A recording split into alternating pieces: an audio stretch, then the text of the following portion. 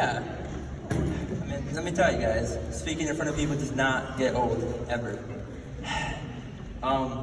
So I'm very honored to be the 2019 Bristol Youth of the Year for the club. It's been a wonderful ride, and I can't believe how far I've come. And I would like to begin with asking you guys all a question. That is, have you ever thought back about your first memory as a kid? Was your first memory living in a New York City shelter, sharing a bedroom with strangers? Because mine was.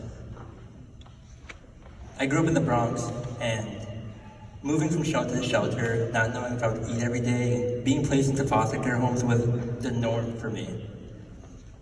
Because I was homeless almost half my life, many opportunities such as hanging out with friends or participating in a sport were denied to me. I was too busy worrying about where I'd be sleeping at night. My family's from Puerto Rico. I'm the youngest of 3 siblings, and over the past 3 years, I've overcome so many obstacles that have been in my family for generations.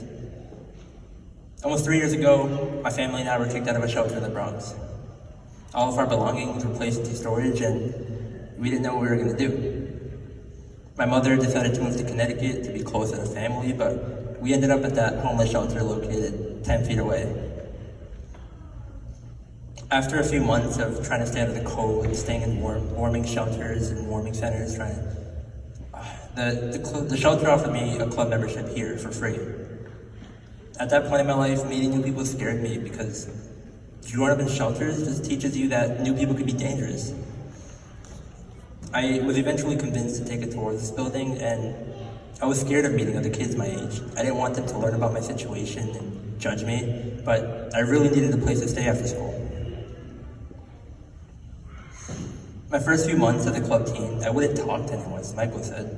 I would just sit in the corner of the teen center on my phone every day for hours, just watching everyone. Over time, I felt comfortable enough to speak to others and participate in activities. The other teens didn't judge me for my past, they were just happy that I was hanging out with them, which made me feel like I'd found a new home. Since then, so many positive changes have occurred in my life. Participating with my friends at Keystone, learning new community activities, taught me to be a leader, just gave me a new family. Using my hands to build furniture and picnic tables taught me to be creative during the entrepreneurial program, the first club program that I joined here. After a year of volunteering, I was offered a job here, which taught me determination and gave me financial security during the darkest point of my life. I don't want other kids growing up like me, with struggles and having to worry about everything. I want kids to feel comfortable and accepted. I want kids to learn social and emotional skills so they can better communicate their feelings. I want youth to choose love. By choosing love, kids will be able to learn a life with courage and gratitude, practicing forgiveness, and being compassionate individuals, something I needed growing up. I've only been a club member for 3 years, but I feel like I've been here my whole life.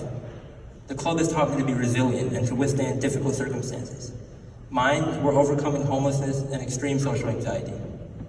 Because of the club, I now have a safe, permanent home with the Carmelites, and I have no fear in social situations. I can stand in front of all you people and not be afraid to just talk and let loose. I was that young kid who needed inspiration the most, and I'm living proof that the mission of the Boys and Girls Club can change lives. Throughout everything, I've gone off script a little bit. I've learned so much happiness at the club.